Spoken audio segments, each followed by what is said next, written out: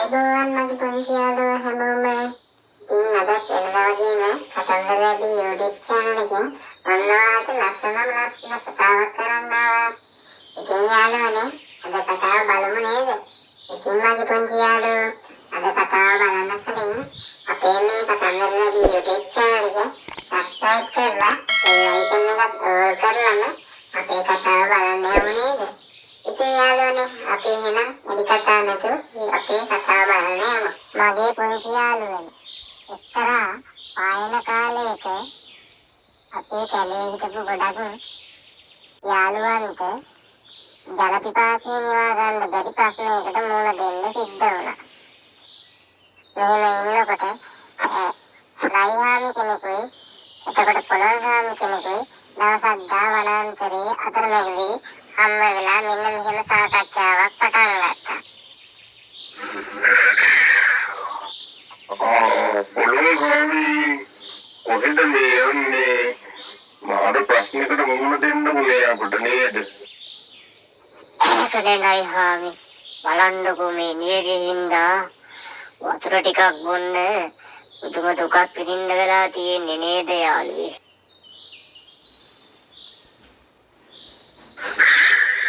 හැබැයි පොළොන්හාමි මම ගාව ඔබට පොඩි විසඳුමක් නම් තියෙනවා. අර පැත්තේ අර පේන ජනපදයේ අර මිනිස්සු ඉන්න තැන්පත් වල ඒ වගේ එක භාජන වල සමහර වෙලාවට වතුර තියෙනවා. එහෙම වතුර ටිකක් හොයාගන්න පුළුවන් වුණොත් අපිට මේ විපාසය නිවා ගන්න පුළුවන්. එහෙනම් ලයිහාමි ඉස්සරලාම ඔයා ගිහිල්ලා බලලා එන්නකො කොහොමද වතුර ටිකක් හොයාගන්න පුළුවන්කමක් තියනවද කියලා. ඊට පස්සේ මටත් බැරියයි වතුර ටිකක් බින්න ඒ පැත්තට යන්න. ඉතින් මගේ පුංචි යාළුවනේ මෙන්න මේ විදිහට ලයිහාමි පොළොන්හාමි කතා කරගෙන මේ විදිහට අර ගම්මානයේ පැත්තට ලයිහාමි යන්න පිටත් වුණා. අපේ ගෙදර පැත්තේ නම් ලිඳකුත් වගේ පේන්න තියෙනවා. ඒ පැත්තේ නම් වතුර ටික හොයාගන්න බැරි වෙන එකක් නෑ. යන්න ඕනේ ඒ පැත්තට. මේ පොඩි යාළුවා මට ගෙනුවට ඔය පුංචි අද්දකින් ගානේ මට රිදෙන්නේ නෑ. මම ඊට වතුර ටික බීලා යනවා. මගේ පුංචි යාළුවනේ මේ විදිහට ලයිහාමි අපේ පුංචි බබාගේ තිබුණු දේශනෙන් වතුරක් දීලා නැවතත් කැලේ පැත්තට යන්න ගියා. ඒ යනකොට ආයෙත් පොළොන්හාමි හම්බ වෙන්න මග බලාගෙන හිටියා. ලයිහාමි මොකද වුනේ? වතුර ටිකක් හොයාගන්න පුළුවන් වුණාද? ඔව් පොළොන්හාමි මට වතුර ටිකක් බොන්න නම් අවස්ථාවක් හම්බ වුණා. ඔයාට මම වතුර බීපු තැනින් ගිහිල්ලා වතුර ටිකක් බොන්න පුළුවන්. හැබැයි ඒත් මට ඒක පොරොන්දුවක් වෙන්න ඕන මගේ යාළුවා. ඒ පොරොන්දුව රකින්න නම් විතරයි මම මගේ යාළුවට පාර කියන්නේ යන්න. මේ මොනවා කියනවාද මගේ යාළුවේ? ලයිහාමි මගේ හොඳ යාළුවනේ. ඉතින් මං ඔයාට නොවන පොරොන්දුවක් තියනවාද?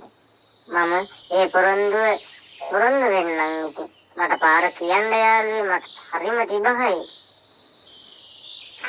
හරි යාළුවා මම පාර කියන්න. මට මෙන්න මේ පොරොන්දුව දෙන්නකෝ. මම වතුර බීලා ආවේ අන්නර කිලවරේ තියෙන ගෙදරින්. ඒ ගෙදර පිටිපස්සේ පුංචි ළමයෙක් නනායි වතුර බීසුවා. මම ඒකෙන් තමයි වතුර ටිකක් බීලා මගේ තිබහන නැති කරගත්තේ. වතුර බොන්න ගියාම ඒ ළමයා කුඩා ළමයෙක් කින්නා අපට ගහනවා. මටත් ගැහුවා. ඒත් මම මේක ගණන් ගත්තේ නෑ. පොඩි දරුවෙක් නේ. ඉතින් මගේ යාළුවත් වතුර බොනකොට සමහර වෙලාවට මේ පොඩි දරුවා මගේ රුම්කමට ගහන්න පුළුවන්.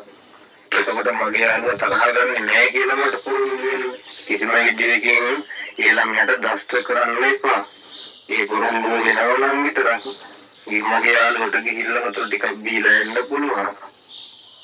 හරි මගේ යාළුවෝ. මම පුරුදු වෙන්නම්. මම ඒ ළමයාට නෂ්ට කරන්නේ නැහැ. වතුර ටිකක් මම බීලා එන්නම් මට හරිම තිබායි. මම ගිහිල්ලා එන්නම් මගේ නයි යාළුවේ. ඉතින් පුංචි යාළුවනේ මෙන්න මේ විදිහට පොළොංහාමි නයිහාමි කියපු විස්තරය අහලා අර කුඩා දරුවනලා ඉන්න දේශම ළඟට යන්න පිටත් වුණා. නයිහාමි කිව්වේ අර ගෙදර වෙන්න ඕනේ. අර කියපු විදිහට ලිංගකුත් පේන්න තියෙන්නේ.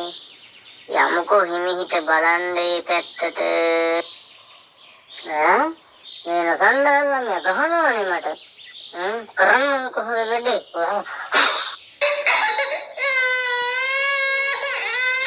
කොහොමද බම් පොළොන් කඩිය? මොකද්ද ඒ කරේ? අර ළමයා මොකද රාජකම යන්නේ? මේ ළමයාට දෂ්ට කෙරුවද?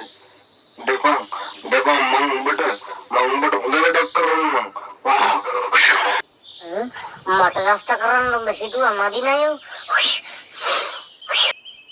ඉතින් මගේ පුංචි යාළුවනේ එදා ඉඳලා අද වෙනතුරුත් නයිහාමිට පොළොංහාමිට නයිහාමිට පෙන්වන්න බැරි වුණා. අද වෙනතුරුත් මේ දෙන්න අතරමඟදී හම්බ වුණාම මේ විදිහට රණ්ඩු වෙන එක කාලයක් තිස්සේම පැවතගෙන ආවා. ඉතින් මගේ යාළුවොත් තවත් යාළුවෙකුට වෙන පොරොන්දුවක් තියෙනවා නම් ඒ පොරොන්දුව රකින්න ඕන. ඉතින් ඒ විදිහට යහපත් විදිහට මගේ යාළුවන්ට ජීවත් වෙන්න කියලා කතන්දර වැඩි ආරාධනා කරමින් අදට මගේ පුංචි යාළුවන්ගෙන් මම සමුගන්නවා.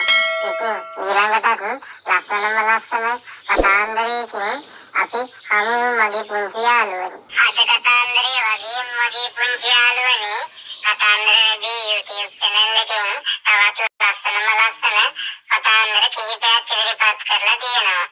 ඒ කතාන්දර බලන්න බැරි වෙච්ච මගේ යාළුවන්ට පුළුවන් ඒ ලස්සන කතාන්දර කිහිපයක් බලන්න.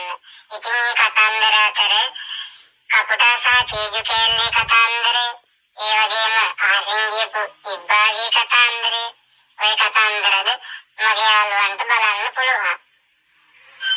ඒ වගේම තමයි කතන්දරදී YouTube channel එකෙන් short videos කතන්දර තීරවිලි ඒ වගේම ජනකතා ජනකයි වගේ ලස්සන දේවල් සැරින් සැරේ ඉදිරිපත් කරනවා. ඒ හැම දෙයක්ම කතන්දරදී YouTube channel එකෙන් මගේ පුංචි යාළුවන්ට බලන්න පුළුවන්. ඉතින් මගේ පුංචි යාළුවන්ට සුබ දවසක් ප්‍රාර්ථනා කරමින් අදට කතන්දරදී සමුගන්නවා. ඊළඟ ලස්සන කතාන්දරයෙන් හමු වෙනකම්. එහෙනම් හැමෝටම සුබ දවසක්.